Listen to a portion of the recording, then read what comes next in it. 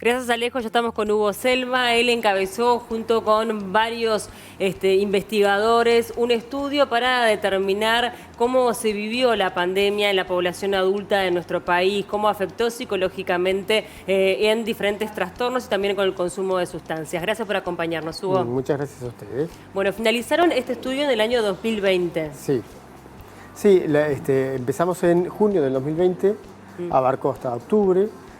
Básicamente lo que sería la primera tanda de aislamiento más fuerte de lo que es la pandemia, que cuando hubo el primer caso en marzo nos metimos todos en las casas, parece que hubiera caído una bomba. Y bueno, fue digamos un periodo en el cual bajó muy rápidamente la actividad económica, el desempleo subió también muy rápidamente, había como también un miedo generalizado y bueno, básicamente durante ese periodo lo que queríamos era ver qué afectación había tenido esto en la salud mental de los uruguayos. Bien, ¿cuáles son las primeras conclusiones a las que pudieron arribar? Bueno, algunas esperables y otras quizás que sorprendieron un poco, pero que después al final de cuentas resultaron ser consistentes con lo que se observó en otros países. Nosotros evaluamos un abanico bastante amplio de tipos de síntomas, es decir, cuando uno habla de salud mental, hay que tener en cuenta que hay más de 200 trastornos mentales, según, por ejemplo, los manuales psiquiátricos más reconocidos. O sea que es un tema muy amplio. Nosotros evaluamos 11 tipos de síntomas, de los más frecuentes. Esperábamos que hubiera un aumento en todos los tipos de síntomas. Sin embargo, hubo un aumento focalizado en estos dos que nombraba recién tu compañero, que son los síntomas depresivos y los de ansiedad. ¿Cuáles son esos 5 más habituales?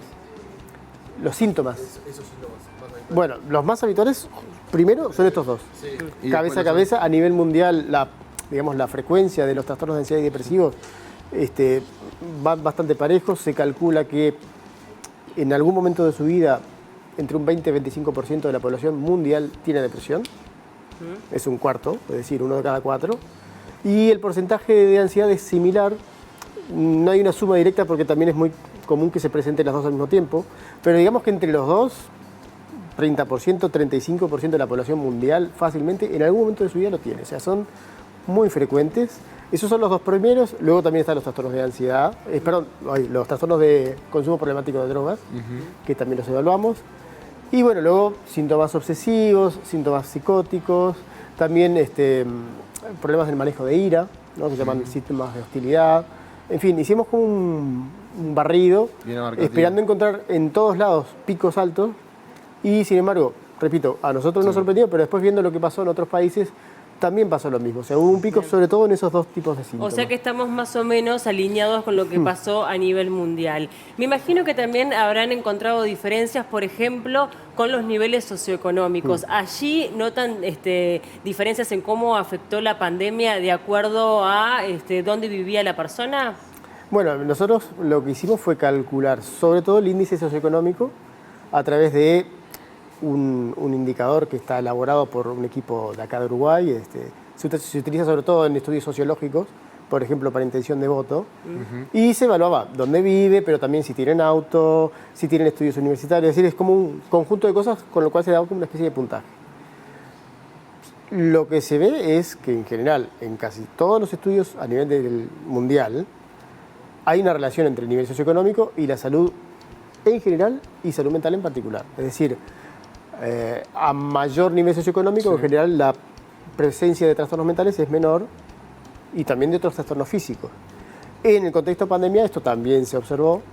En algunos tipos de síntomas, por ejemplo, cuando comparabas el sector más alto socioeconómicamente y el más bajo, había una diferencia de un 600%. Claro. Lo que pasa que también es hasta como lógico, cuando hablamos, por ejemplo, de confinamiento, no es lo mismo estar confinado con tu familia o en un lugar espacioso donde cada uno, con otras comodidades, donde cada uno de repente tenga también espacios al aire libre, que estar en un hogar más precario donde, bueno, uno tiene que convivir de una forma más incómoda a las 24 horas. Sí, es como una combinación de varios factores. Es decir, nosotros, por ejemplo, preguntamos específicamente el metraje de la vivienda y cuántas personas vivían.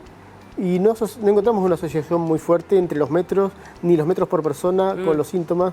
Había alguna cosa, pero muy débil. Yo creo que más bien la explicación va por el grado de afectación al empleo. Bien. Es decir, Lo los sectores más económico, bajos está claro. tienen más informalidad y Claro. se vieron más golpeados por la crisis. También en factores, digamos, de estrés ambiental más permanentes, contextos de pobreza permanente, con precariedad, con dificultades de acceso a servicios de salud, a educación, fragilidad económica, en fin, un contexto que, digamos, no es solo específico de la pandemia, pero que quizás en la pandemia se agudizó. ¿Qué tanta interconexión hay entre la ansiedad y la depresión? Porque muchas veces en el aislamiento, digamos, y el no saber qué es lo que iba a pasar, también juega un rol ahí importante. ¿Cuál es el grado de conexión que tienen entre ambos? Bueno, es un grado muy alto. Es decir, la presencia de los dos síntomas juntos es muy frecuente. De hecho, tiene algunos mecanismos de cómo se genera ese tipo de síntomas que son comunes. O sea, hay un porqué del que se presenten los dos.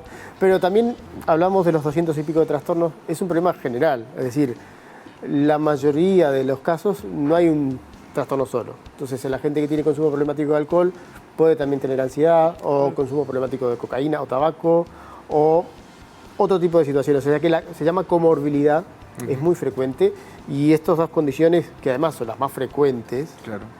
También se presentan muy frecuentemente juntas. Bien. Ahora, ya que estamos hablando del tema del consumo de sustancias, ¿qué fue más frecuente? ¿Que se consumiera más sustancia ya en una persona que la consumía previamente o una persona que no consumía comenzó a consumir? Bueno, nosotros, digamos, uno encuentra los resultados según cómo preguntan las cosas. ¿No? Esto es como las encuestas de intención de voto y demás. Lo que encontramos es que el 21% en la primera tanda, ¿no?, de las personas respondía que había aumentado la frecuencia y el volumen de las drogas que ya consumía antes. Bien. Por drogas incluimos alcohol, Sí. incluimos tabaco e incluimos psicofármacos. ¿La droga más consumida fue alcohol? Alcohol, marihuana, nicotina o tabaco, Sí, sí. Cocaína digamos, un escalón más abajo,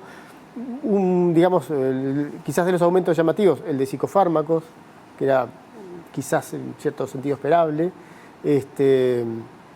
y bueno, y como les decía hace un rato, también ese aumento del consumo o el haber consumido sustancias nuevas estaba muy frecuentemente asociado con síntomas de otro tipo, por ejemplo, de ansiedad y depresión. Claro. Que además de que son los más comunes, es decir, la forma en la cual la gente más comúnmente responde al estrés, las condiciones específicas de la pandemia lo favorecen.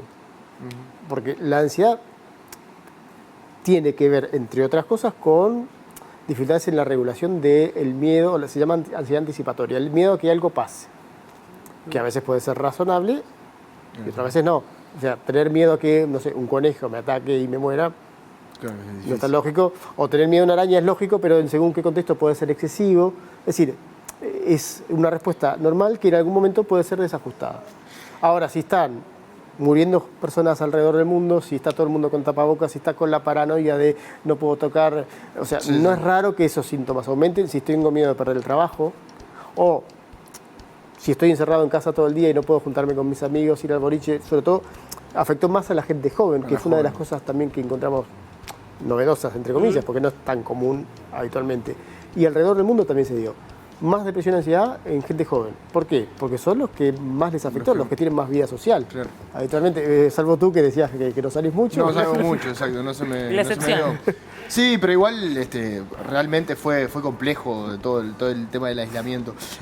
Puede ser que sea como una especie de bola de nieve o un círculo vicioso el tema de sufrir un poco la ansiedad, para calmar esa ansiedad recurrir a una sustancia estupefaciente y a partir de allí todos los efectos que se generan que terminan en una depresión, o a veces la depresión también va hacia el consumo de estupefacientes. ¿Cómo es cómo se llega también a toda esta situación? Creo que lo describiste bien en cuanto a una especie de círculo de retroalimentación negativa. No importa por dónde arranca. Es como la discusión del huevo y la gallina. Claro. Primero me deprimí, después tomé alcohol, o en realidad es como que se va sí. retroalimentando, y también es importante entenderlo así porque ese círculo uno puede tratar de cortarlo por varios lugares. En la reducción del consumo, en el consumo de hábitos, en la modificación de hábitos, Claro. en atacar los síntomas depresivos a través de cambio de hábitos, a través de pedir ayuda profesional, a un psicólogo, a un psiquiatra. Es decir, hay distintas cosas que uno puede hacer. Entonces, te voy a poner otro ejemplo parecido pero diferente. La relación entre depresión y ansiedad y actividad física. Entonces, no hago actividad física porque estoy deprimido y no tengo ganas de salir y estoy cansado, me siento mal. O me siento mal, estoy cansado y triste porque no salgo de casa. Entonces, cuando uno entiende que hay una relación de ida y vuelta, puede empezar a poner fichitas en distintos lugares. Entonces, por ejemplo, hacer un esfuerzo extra o a veces también funciona mucho el grupo, ¿no? Capaz que si yo me tengo que regular solo de levantarme y salir a correr, pero si tengo un grupo que me da como ese empujoncito y entonces corto esa rueda. Claro. Y entonces hay como distintos eslabones donde uno puede atacar. El problema justamente con la salud mental y la psicología en general es que esas relaciones causa-efecto directas que uno encuentra en otras ciencias, como la física y cierta rama de la física, son difíciles. Entonces, no yo estoy deprimido porque tengo la genética tal, o porque mis papás tal cosa, o porque... Y en realidad es todo. Sabemos muchos factores que intervienen, pero no sabemos muy bien cómo interactúan entre sí. Y entonces en esta dinámica circular no es me deprimo y por eso tomo, sino que es un poco más complicado que eso, ¿no? Hugo, me parece también interesante poder hablar de la atención a este tipo de problemáticas. ¿Ustedes detectaron que las personas que decían o que sentían que estaban atravesando una depresión, ansiedad o que reconocían que habían aumentado el consumo de sustancias, estaban teniendo la atención correspondiente o por allí hay un faltante que todavía está en el tapete? Bueno, nosotros no evaluamos directamente eso. Sí es cierto que recibimos señales a través de notas de prensa, de otros artículos, de otros investigadores. En los últimos años ha habido un acceso cada vez mayor a la salud mental, a la atención en salud mental, entre otras cosas por el Sistema Nacional Integrado de Salud. Hace 20, 30 años esto era muy diferente. Y eso es un aspecto muy positivo que por suerte tenemos hoy en día en todo el país.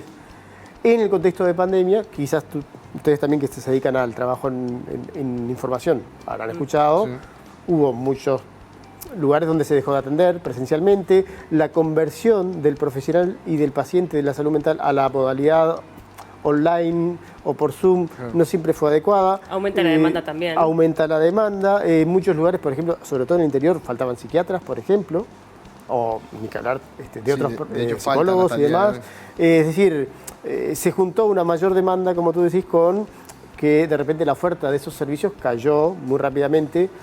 Después, por suerte, se fue como, bueno, acomodando un poco, pero sí que es cierto que en ese momento particular hubo una falta. ¿Y detectaron una automedicación en esto del consumo de psicofármacos? Bueno, nosotros nos preguntábamos si lo había tomado por cuenta propia o no. Claro.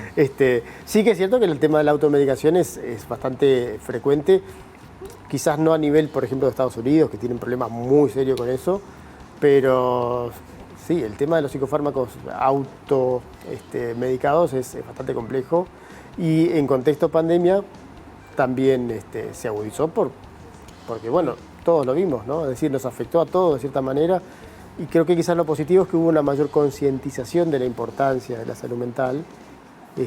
Hablabas recién de la necesidad de servicios de asistencia, es necesario que haya y además que haya prácticas basadas en evidencia, que sean eficaces y que permitan los recursos que hay aprovecharlos de la mejor manera. Hugo, con este informe, con todo esto que han recabado durante este tiempo, ¿qué es lo que se puede hacer? ¿Dónde es que se ha brindado para de alguna forma también aportar en mejorar la salud mental de todos los uruguayos? Bueno, a ver, hemos salido en diversos medios de prensa, por ejemplo aquí. ¿Sí? En su momento también hicimos llegar a integrantes del GACH un informe breve, resumido, con algunos de los resultados que encontramos. Y después, bueno, lo que es la típica vía de comunicación científica, que son las revistas científicas, que te comentaba antes de entrar al aire. El proceso a veces es un poco lento, se manda el artículo, lo revisan expertos para ver si está bien y qué correcciones, y tarda algunos meses, pero bueno, ya tenemos uno que está disponible para quien lo quiera ver, la versión preliminar. Quizás el próximo mes ya esté la versión definitiva, otro que está en proceso de revisión y bueno, digamos que por todas las vías que se ha podido, hemos tratado de compartir estos resultados, que la idea es que sirva para hacer políticas públicas, para concientizar, para conocer la realidad nacional, en fin, estas cuestiones. Muchísimas gracias, Hugo, por acompañarnos. Fue un gusto Muchas gracias a recibirte. ustedes. Fuiste muy